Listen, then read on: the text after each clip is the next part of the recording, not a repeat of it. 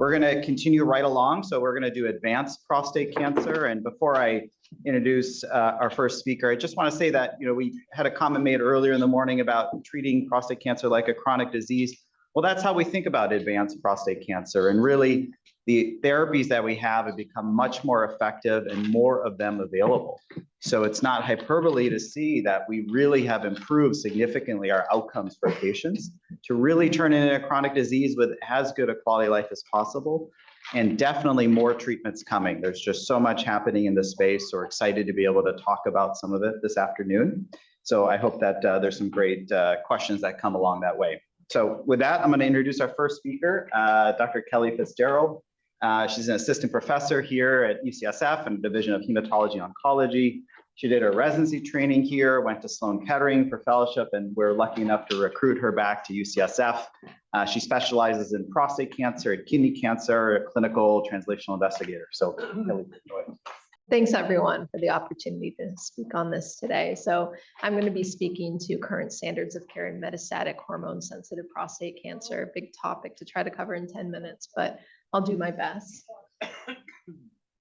So I wanted to just begin by defining some of the terms that are central here. So the term metastatic means prostate cancer that has spread outside of the pelvis.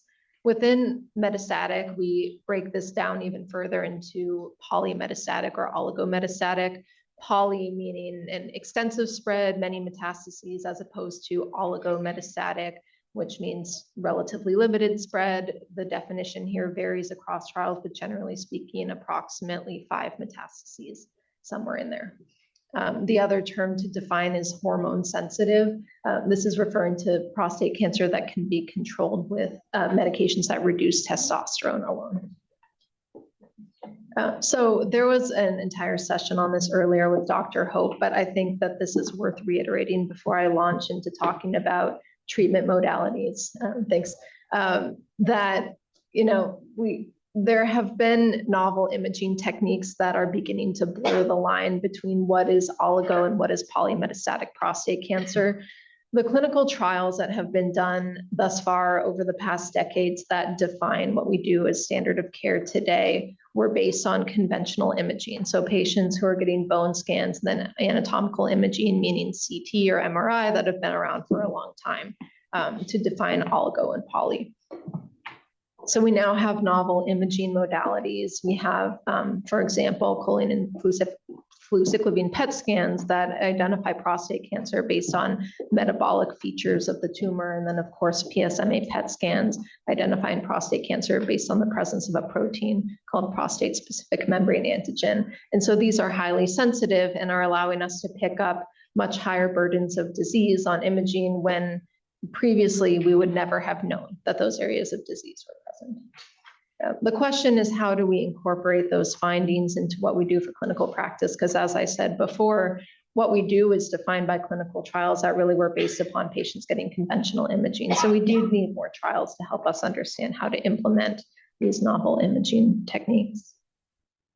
So here's an outline of the treatments I'm going to be speaking to today. First is going to be the current standard of care, which is intensified ADT for metastatic hormone-sensitive prostate cancer. I'll speak a little bit about triplet therapy and also the potential applications of local therapies in this setting.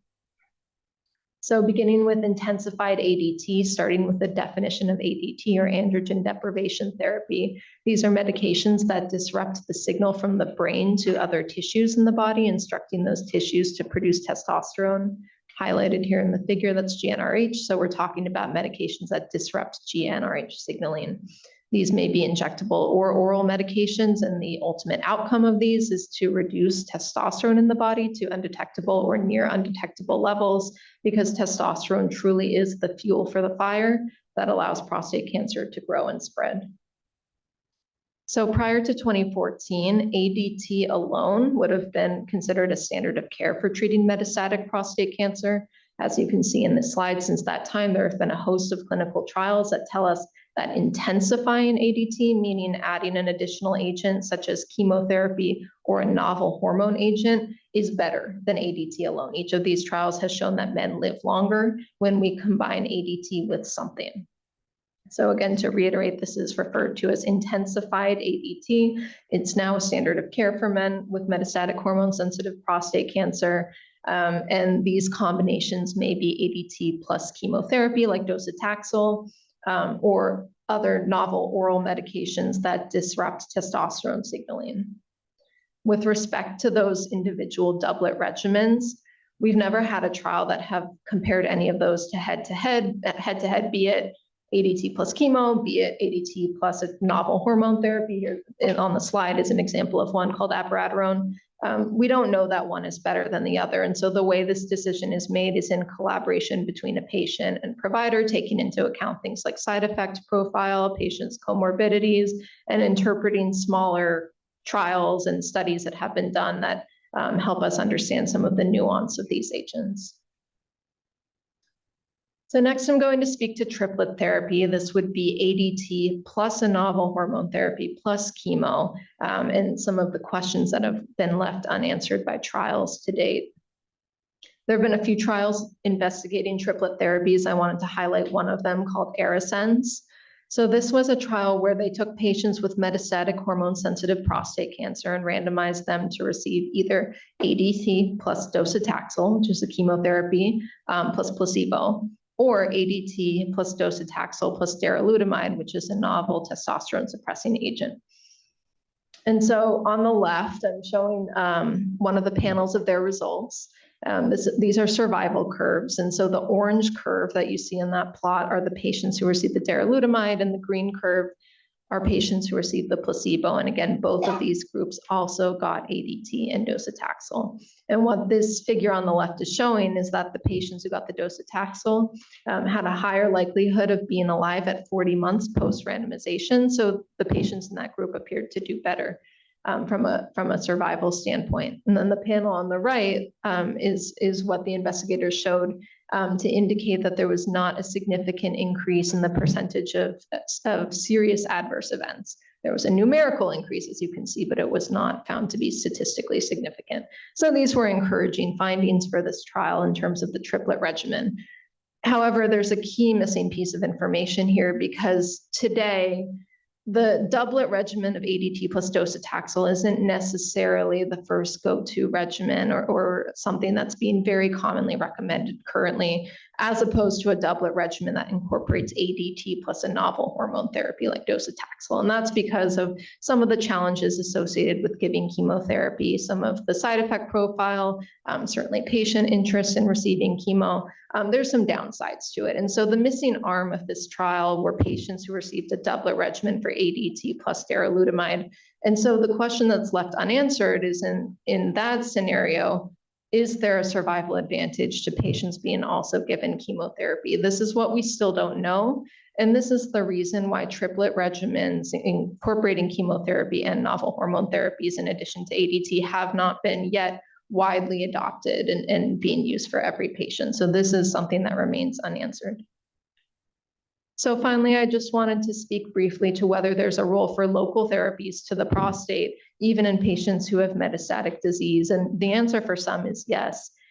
Again, there's been a variety of studies looking at this question. I wanted to highlight one, which is the CHARTED study.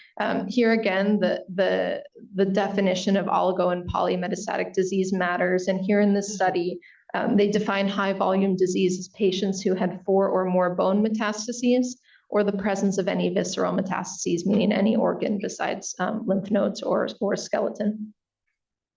And what the investigators found in this study was that in patients who met the definition of low volume disease, those patients did have a survival benefit to receiving radiation therapy to the prostate, as opposed to those who met the criteria for high volume disease. There wasn't a benefit seen in terms of survival. There's a few asterisks there, however, one being that patients with high volume disease may indeed still benefit from local therapies like radiation or surgery, particularly if they're having symptoms related to urinary obstruction or pain.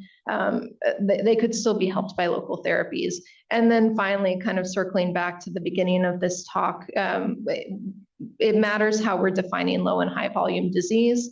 We're now in the age where patients are getting PSMA PET scans. We're detecting much more disease, but would someone who would be considered to have high volume disease on a PSMA PET scan perhaps have met criteria for low volume disease based on the charted criteria where they use bone scan and CT, those patients may indeed still benefit from local therapy to the prostate. And that was my last slide, so I think I'll turn it over to the next speaker. It's my pleasure to introduce Dr. Ivan Kouchkovsky, one of our amazing assistant professors in HEMOC, did his training and here at UCSF, and he's going to talk to us about radioligand therapies. Ivan. So thanks for the introduction, and it's really a pleasure to be here. I have 10 minutes. I'm going to cover radioligand therapy for the treatment of metastatic castration-resistant prostate cancer, or mCRPC. And for the sake of time, I won't really talk about Xofigo or radium-223, but if there are questions, please come find me afterwards. Okay, so what is radioligand therapy? So as the name implies, radioligand therapy is a treatment where you have a radioactive element that emits cancer-killing radiation. And then you have a ligand, you have a small molecule typically or an antibody that helps to carry the radioactive payload and direct it into your cancer cells.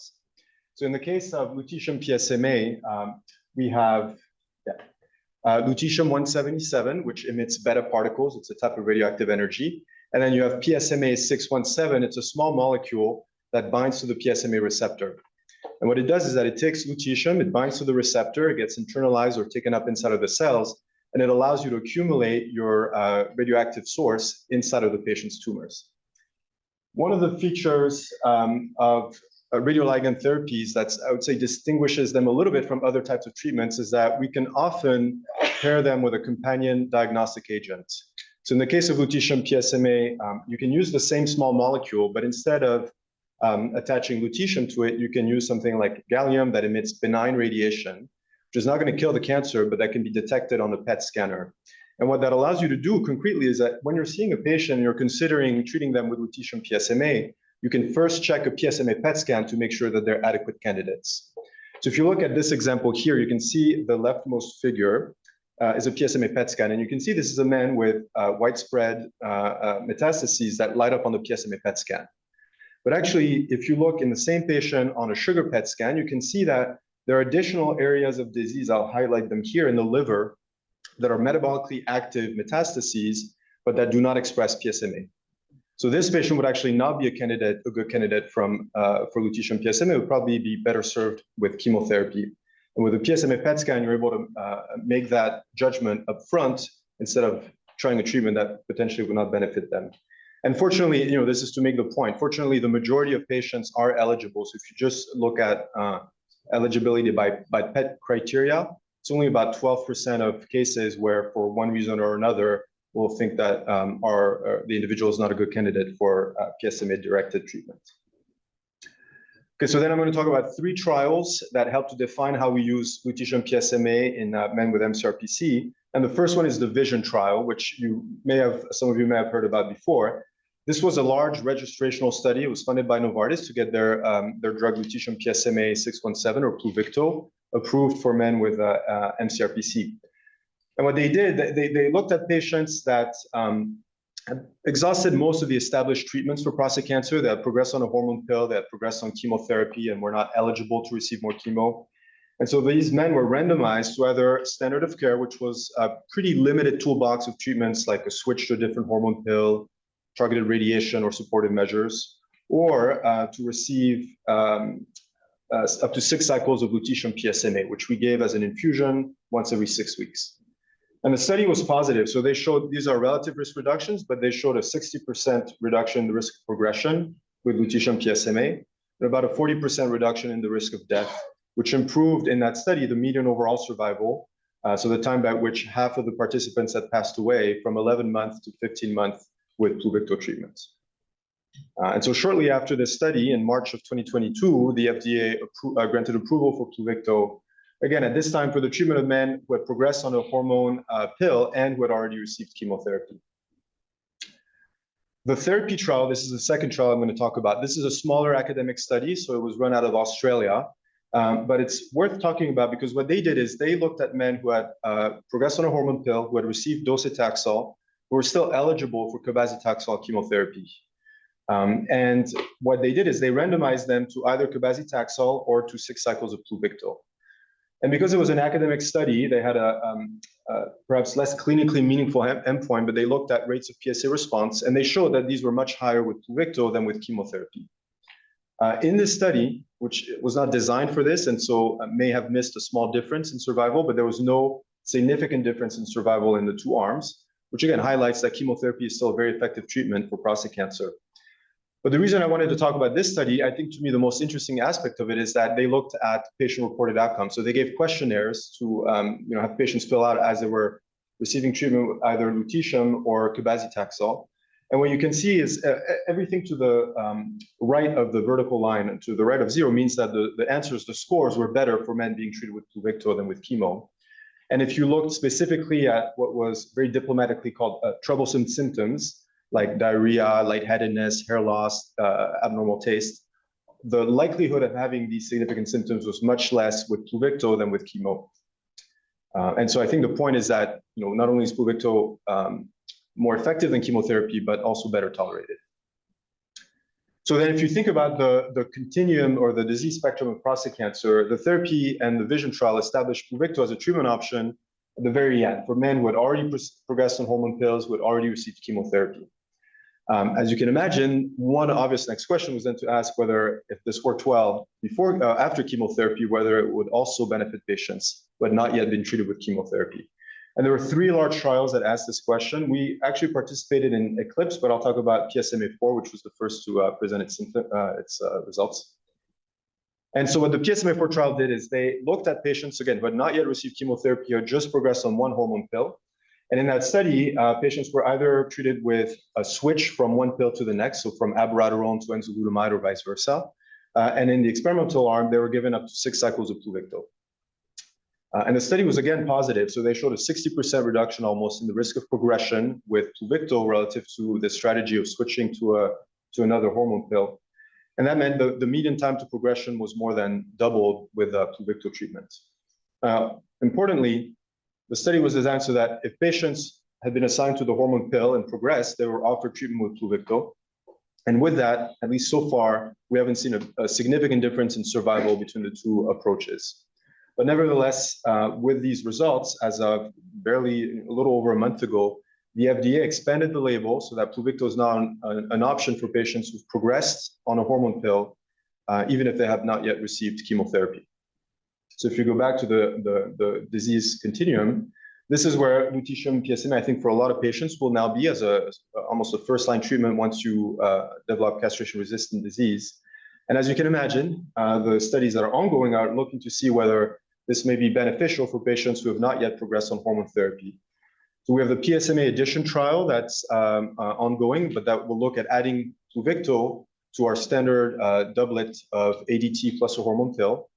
And then we also, there's a study which we're actually part of now, looking at giving lutetium PSMA for patients with a rise in PSA after surgery or radiation prior to any hormone therapy. As you can imagine, we're really excited about both of these trials. So the last slide before I conclude, I wanted to talk about ways we can do better. This is obviously an effective treatment. It's generally well tolerated, but it's not a perfect treatment. So there are some men who will not respond and others who will respond initially, but invariably will develop resistance. And so how can we do better? I think there it helps to conceptualize, to think about what are the ways in which lutetium PSMA may not work. These are not the only mechanism, but the ones I'll highlight. So the first one is you may have tumors that express some PSMA but have low uptake. So you're not getting a lot of your drug inside of the tumor cells. And so one approach to try to address this is to use PET scan, as I've mentioned, to select the right patient. But I think a more promising approach is to try to look at combinations. Are there other treatments, drugs we can add in addition to Pluvicto that may increase the expression of PSMA? I think another common mechanism of resistance is you may have cells that express a lot of PSMA but are just inherently more resistant to the cancer-killing effects of radiation. And so for these, we have a lot of trials looking at combining lutetium PSMA with radiosensitizers, medications that will make cancer cells more susceptible to radiation. But another approach also is to try to give higher doses of radiation. So that may mean higher doses of Pluvicto, dosing Pluvicto more frequently, but also having radioligand therapies that have a more potent radioactive payload. One in particular is actinium PSMA. Actinium emits alpha particles, unlike lutetium, which emits beta particles. So more radiation energy that you can get into the cells. And then the last mechanism is you have heterogeneity. So you may have someone with bright PSMA-avid disease on PET scan, but if you could look at the cells under the microscope, you would see that some cells express PSMA, but there are cells that also do not. And so I think here, focus is trying to identify other targets on the surface of those PSMA negative cells that we could go after with a similar approach. So to summarize, radioligand therapy, it enables us to deliver radiation, a radioactive isotope, in a targeted fashion inside of prostate cancer cells. And often, as I've said, one of the strengths of this approach is that we can pair this with a diagnostic agent that helps us make sure that we're getting the right treatment into the right patient. Right now, it's approved for men who have mCRPC and PSMA-avid disease and who've progressed on at least one AR-targeted therapy, regardless of whether they've received chemo. But there are several trials that are ongoing to investigate this in patients who have not yet progressed on hormone therapy. And then the same theragnostic approach. So combining, once you have a target, combining a diagnostic agent with a therapeutic agent is being applied actively to other targets. And it may be that in the future, with PET scans, we'll be able to select the right treatment based on the patient's characteristics. So I'll stop here, and thanks for your time. I'm happy to take questions. So now I'm going to invite Dr. Dave O. He's associate professor here at the UCSF, and he really wears two hats. He's a prostate cancer expert, and he's also a bona fide cancer immunologist. So he sits in our cancer immunotherapy program, is a laboratory and translational investigator, and then also runs a lot of clinical studies in that program. So Dave is going to talk about prostate cancer immunotherapy. All right, thanks for the introduction, Rahul. It's always a pleasure to be here as a highlight to present to you guys. I focus on immunotherapy, and I have a particular focus on prostate cancer. So my goal for this talk is to really equip you guys with some basic knowledge to know what's out there for prostate immunotherapy, how does it work, and what is coming. The only relevant disclosure is I have performed some clinical trials for one of the immunotherapies I'll be talking about. This is from Merck. So what is immunotherapy? Immunotherapy is a pretty broad term. It's basically any approach where we're trying to use your own immune system in your body to both find your cancer and to kill it. So a couple points I would make is that one, this is conceptually pretty different from the other cancer treatments you've heard about. For example, surgery to cut out the tumor or other methods to directly kill the cancer, whether it's radiation, hormonal therapy, chemotherapy. You might also ask, well, why would we go to this trouble? What's so special about the immune system? Well, I think we all kind of intuitively know the power of the immune system when it's appropriately stimulated. We know this based on its ability to fight off infections, right? So your immune system can be taught, it can be educated, it's smart, it can adapt. And if it's stimulated the right way, it can provide lifelong immunity. So I think these are very attractive properties for a cancer treatment. But I think it brings up another point, which is that you might have guessed your immune system didn't evolve to let us develop cancer treatments. Your immune system evolved to protect you against infections. So this slide, all this is trying to show is that to develop a successful immune-based therapy for cancer, it's taken more than a century of two things. One is just even understanding how our immune system works. And secondly, a lot of brave investigators doing clinical trials trying to tweak the immune system in the right way. And that has culminated in recent approvals of some of the immunotherapies I'll be talking about, which are Provenge, a vaccine, as well as immune checkpoint inhibitors.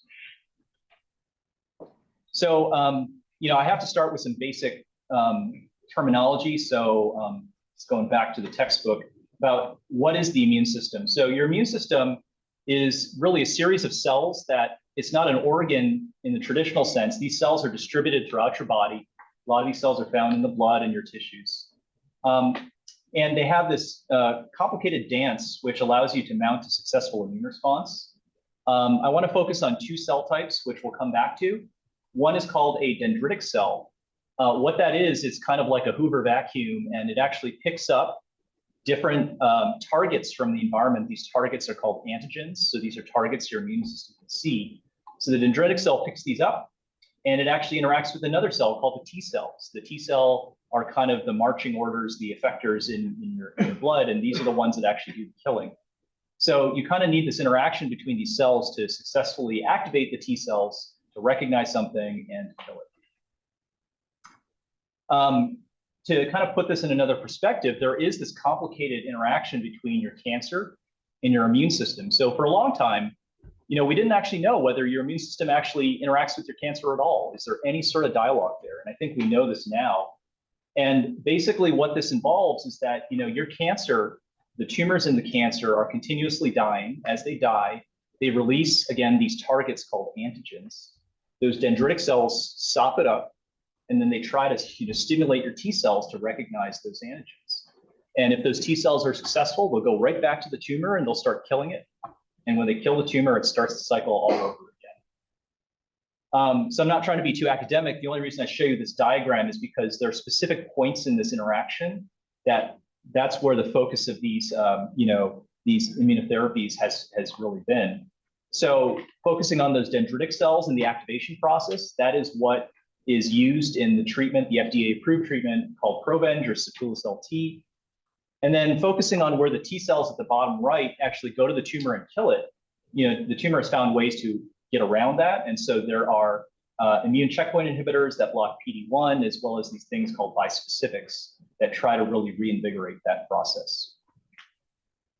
So first, talking about Provenge or Sipuleucel-T. To classify this is actually a cancer vaccine. In fact, this was, I think, the first approved cancer vaccine for any cancer. So this is what's called a cell-based immune therapy, which means it's made from a patient's own immune cells. So this was very forward-looking.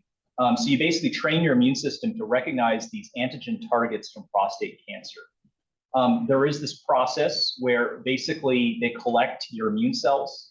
They try to stimulate them in a laboratory against something that your prostate cancer has. And then those living cells are put back into the patient's body as a living treatment. In clinical trials, I won't go over the details, but this treatment helped men live longer over no treatment. And so therefore has been FDA approved since the 2010s. We are still giving this for castration-resistant prostate cancer patients, generally to men who have had less treatments and are not having symptoms from their cancer. You have to basically do this T cell collection, which can be done at centers like this. This can also be done at a blood bank. This is a very routine procedure.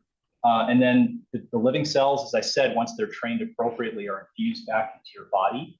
And this is pretty well tolerated with perhaps some just very brief flu-like symptoms. Now, the other thing that you might come across are what are called immune checkpoint inhibitors, or specifically, these are called PD-1 inhibitors. So as the name implies, these inhibitors block something called an immune checkpoint. Well, what's an immune checkpoint? So that's what this diagram is meant to show. An immune checkpoint is something that your immune system evolved to try to, basically control or restrain your immune system.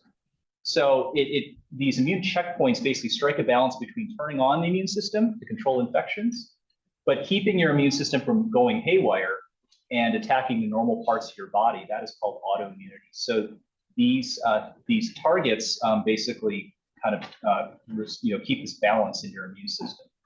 So the main target you might hear about is an immune checkpoint called PD-1. And so basically, we developed antibodies to block PD-1. And by blocking PD-1, what happens to your T cells is they get turned back on. It takes the brakes off those T cells. Your body actually has T cells that have the capability of actually attacking your cancer, but they're restrained. So when we give this antibody, it removes the brakes. It allows the T cells to do the thing. Now, this mainly applies to men with prostate cancer who have a very particular genetic change. This is called microsatellite instability, or MSI. I apologize for the terminology. Basically, what that means is that in some men with prostate cancer, they cannot fix their own genetic blueprint. So they make a lot of errors, and it turns out that your immune system can actually see and recognize those genetic errors. This is probably less than 10% of men with castration-resistant prostate cancer. So if you have this testing, and I think all of our patients at this point should be getting this kind of testing, this does kind of imply that you're going to respond to this PD-1 checkpoint inhibitor. And so this is an FDA-approved drug. Again, you have to have the genetic testing, either for MSI or something called high mutational burden, but it doesn't work for other prostate patients.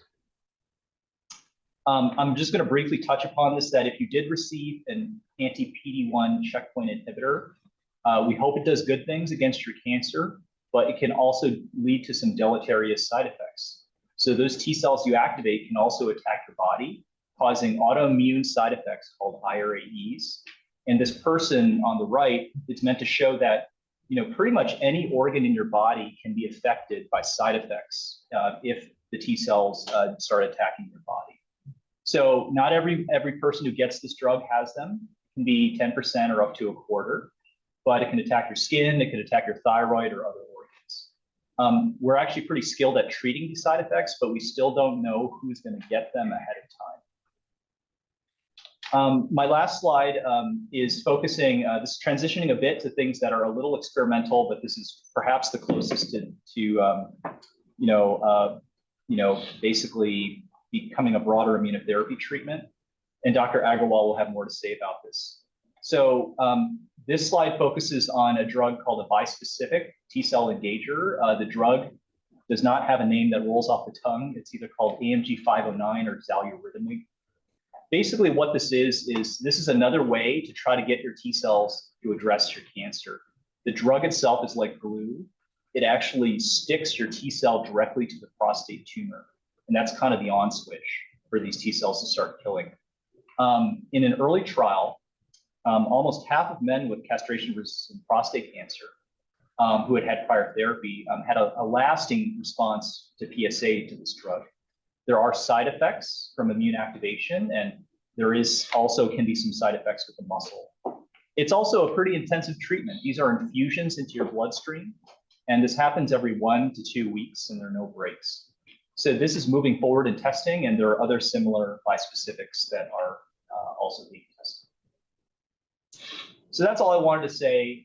There are multiple approved immunotherapies for prostate cancer, and we're testing more. When you have a good response, it can last.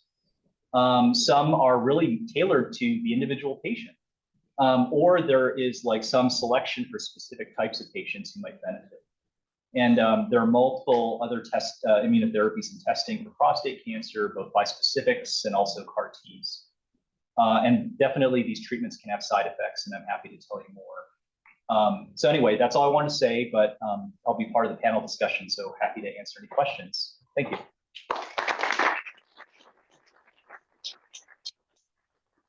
Thank you so much, Dave. That was a great talk, and it's hard to distill these topics down to simple terms. They did a great job, so we'll definitely have more to dive into in the Q&A.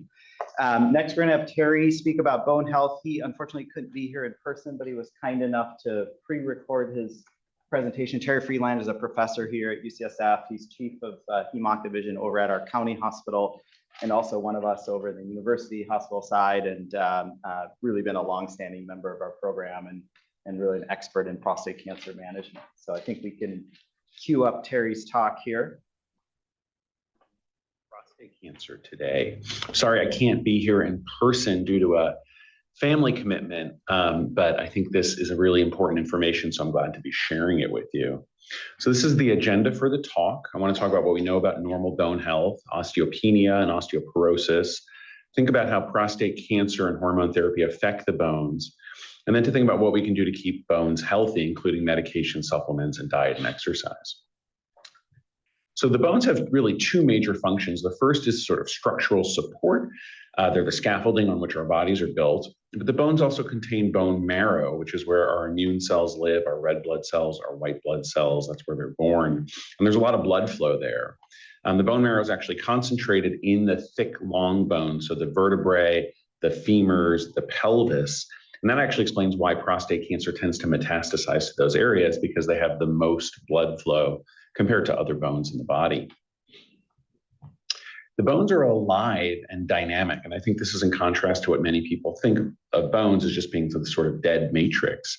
There are multiple types of cells within the bones. Osteoblasts are what lay down bone and cause new bone growth. Osteoclasts destroy bone, they tear up bone, so they essentially cause remodeling of unnecessary bone. So when you're laying flat for a long period of time, for example, in the hospital, your bones actually thin out. Same thing happens to astronauts in space, and that's why they have to do lots of exercise to keep their bones strong. And the osteocytes are the little cells that are actually trapped within the bone. The bone sort of forms around those osteocytes, as you can see in the picture here, and they secrete a number of factors that help regulate this process. So osteopenia and osteoporosis are very commonly used terms. What do they mean? Well, so on the left here, you can see healthy bone, and you can see inside that the bone actually has a very strong scaffolding or support matrix. And this allows us to sort of respond to stresses without fracturing. Osteopenia is what happens when you have loss of some of that matrix, as you can see in the middle, and then osteoporosis is just a much more dramatic example of that. And folks who have that are much more at risk of fracture. So osteoporosis is really a syndrome of low bone mass and deterioration of the bone tissue, as you can see in the pictures here, an increased risk of bone fragility and of fracture. And really, this is a clinical diagnosis. So we need to do imaging like a DEXA scan, which I'll talk about in a second, to help us understand this better. So what causes bone loss in sort of otherwise healthy individuals? Well, there are a number of things. Tobacco and alcohol use, sedentary lifestyles, low vitamin D and low calcium diets. It seems to be that there may be some contribution of family history. And then there are a number of medical causes that you can see here on the screen. And perhaps the most important is really testosterone or estrogen lowering therapy, or one of the most important, I should say. And how this works is actually very complex. I think we're still understanding and learning about this. There are multiple different mechanisms at play, multiple cellular and chemical signals that are released. You can see many of them on the screen here. The one that we can probably intervene on the most here is the rank-rank ligand pathway. And for many of you who are either using denosumab or know someone who's taking denosumab, that's also called Xgeva or Prolia. Those are the trade names. This is a drug that interferes with the rank-rank ligand system and actually stops the osteocytes from chewing up bone. So it favors the deposition of bone and makes bone stronger and reduces fractures. So I sort of said this already, but why is osteoporosis bad? Obviously, there's a risk of fracture. Fracture at the hip or the vertebrae can be really symptomatic. That can lead to pain and physical debilitation, and may require surgery or just prolonged recovery. That can be really awful. So this picture here is showing you different types of hip fractures, but you can get this in the spine as well. These are vertebral fractures, really what happens when the vertebrae themselves become too weak. So just to put this in context, so some numbers for men. For a man who's aged 50, there's about a 25% chance that he will have a fracture, an osteoporotic fracture, at some point in his lifetime. And the risk goes up dramatically with age. So after age 80, the risk becomes much higher. Sadly, screening for osteoporosis in men and in women is actually rarely done in the United States. And this sort of disappointing statistic is that only about 10% of men who've had a fracture are subsequently given a bone targeting agent, when in fact 100% of those men should get that. And this may be due to, underappreciation of the role of these agents in preventing future fractures. Now, just to continue those numbers, you can see on this slide that a hip fracture is a really awful event.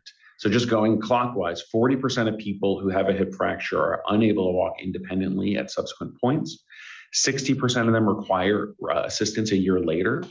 Up to a quarter of people who have a hip fracture will die in the first year after the hip fracture. So it's really a sign of a very serious event. 50% of patients who have a hip fracture will develop another one, really any osteoporotic fracture. And about a third of patients will be dependent or in a nursing home in the year following a hip fracture. So trying to avoid a hip fracture is obviously incredibly important in this field. Beyond just losing bone mineral density from hormone therapy, prostate cancer itself can cause a lot of direct effects on the bones. And this is a CT scan showing really, unfortunately, advanced stage prostate cancer where much of the bone has been destroyed by cancer. The healing bone that happens from this, even once it's treated, is not as strong. So men are just higher risk for fracture. And also, this is a talk about bone health, but bone marrow is incredibly important for our body, because that's where the red cells and the immune cells are made. And if we have too much cancer in the bones, that can really impact our immune systems and our ability to tolerate other therapy for prostate cancer. So specifically, low testosterone increases the fracture risk by anywhere from 20 to 40%. Other things that can cause damage to the bones: external beam radiation therapy is not good for the bones. Chemotherapy, our novel radioligand therapies like lutetium may damage the bone itself. And then, as I talked about, nutrition and smoking are very important too. So just to measure bone density, many of you may be familiar with the DEXA scan. This is essentially a series of x-rays of the hip, the spine, and sometimes the wrist. And it generates these scores called the Z-score and the T-score. And really the T-score is what we're looking at. This compares the results to a young, healthy, sex-matched comparison. And basically the numbers at the bottom are really important. For a T-score greater than -1 is considered normal. A T-score between -1 and -2.5 is osteopenia, and a T-score less than 2.5 is osteoporosis. So the numbering, the numbers here are a little challenging to interpret sometimes, but these are really what we're looking at. Now you can get a DEXA scan, and this can tell you have one of these three types of conditions of the bones. But really what's important is understanding what's the fracture risk. And there's a very useful calculator built on thousands of patients' data called the FRAX calculator. And I show it to you here. You can find it at the website on the slide here, where you can enter your age, your weight, your height, a number of clinical questions about prior fracture, and the T-score. And then that'll tell you what the actual risk of fracture is. And you can see that here in the red box over the next 10 years. So these really tell us who to treat. So for a man who's had a prior hip or vertebral fracture, almost all of them are recommended to be treated. For patients who have osteoporosis on DEXA, those are patients who are generally recommended to be treated as well. And then for patients who have osteopenia and this high FRAX risk, are also recommended to be treated. So I think this can be a really useful tool. Now, what can we do to stop bone loss beyond these medicines? Well, so I think monitoring is really important. So making sure we have adequate vitamin D, you can check that on a blood test. The DEXA score and the FRAX score, I told you, just talked to you about how we can generate that. The general recommendation for dietary supplements is 1,200 milligrams a day of calcium and at least 400 units of vitamin D. I generally give men 800 units because I find that lowers the chance that they're going to have low vitamin D levels. We also see low vitamin D levels in the Bay Area because a lot of people don't get enough sunlight exposure.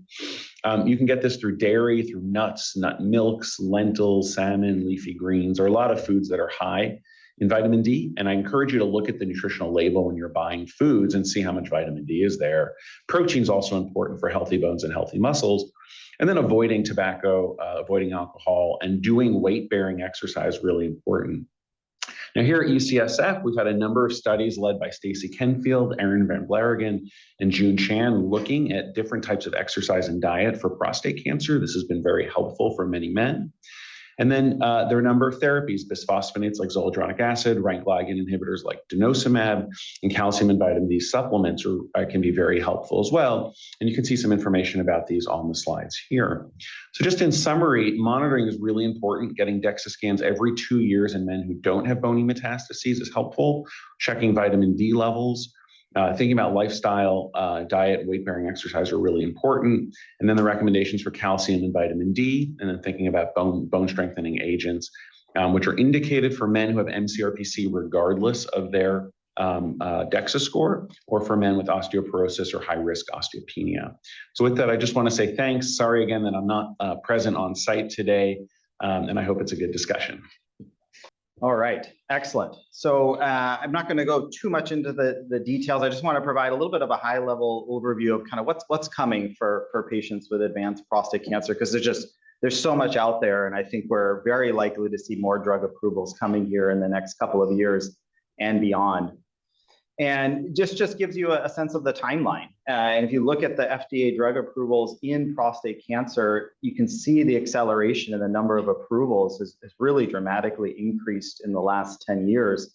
Go back to the days of docetaxel in 2004 to where we are now, just a tremendous amount of drug discovery and drug development, a lot of which UCSF has had a direct hand in, but many more, across the globe. It's just been remarkable to see, and I think a lot more to come here in the next 5 years. So I'm really talking about two themes. One is drugs that target something on the cell surface of the cancer cell. And we've talked a lot about PSMA I'll show you that there are a lot more promising targets beyond PSMA. And I think that's where we're focused a lot of our attention on. Can we find other targets to really treat with different ways to attack the cancer cell once we have a good target? I'll talk about this concept of antibody drug conjugates. It's like a more precise way to give chemotherapy. Dave touched upon our bispecific T-cell engagers. I'll talk a little bit about that. Then Ivan did a great job talking about radioligand therapy. There's a lot more coming beyond lutetium PSMA. And then secondly, I'll just talk a little bit about the androgen receptor. We don't want to forget about this. This testosterone receptor is still the central driver of prostate cancer growth. And there are many new ways being tested beyond abiraterone, enzalutamide, darolutamide, which do a good job of blocking the testosterone receptor, but don't perfectly block it down to a zero activity level. We'll talk a little bit about that. So just touching upon, well, what makes a good cancer cell surface target? It seems kind of obvious, but there's actually a lot that goes into it because there's a lot of different ways you can look for a target. And there could be great targets on the cancer cell, but if they don't have that specificity, meaning only on the tumor cell, not or minimal expression in the normal tissues of the body, we're always looking for what we call that wide therapeutic index. We want a lot of expression on the tumor, minimal to zero expression elsewhere in the body. Does that target go back and forth between the cell surface and inside the cell? If we're giving something that attaches to that target, we want it to be internalized to deliver that payload to kill that cancer cell. Can it, as a secondary byproduct or directly, stimulate the immune response? So can it directly kill the cancer cell, but also stimulate the immune cells to kill the cancer cells? That kind of cascading effect is what we really think can drive a deep and durable response.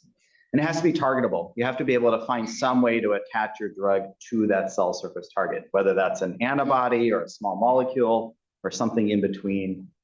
There are a lot of promising targets beyond PSMA. In the center circle, you can just look at some of those. CD46 is a target we've developed here at UCSF, B7H3, STEAP1, that's the target for the xaluritamig that Dave O showed, TROP2, DLL3, that might be a target more for what we call neuroendocrine types of prostate cancers. KLK2, you're going to hear more about that. That's similar, but not identical to PSA and PSMA. So a lot happening in the drug development space here. So just talking for just a sec about antibody drug conjugates. It's really, you take your antibody, whatever binds to the target, you have a linker, and that linker is important. And then you have your payload, which is usually some type of potent chemotherapy that would cause too many side effects if we gave it by itself.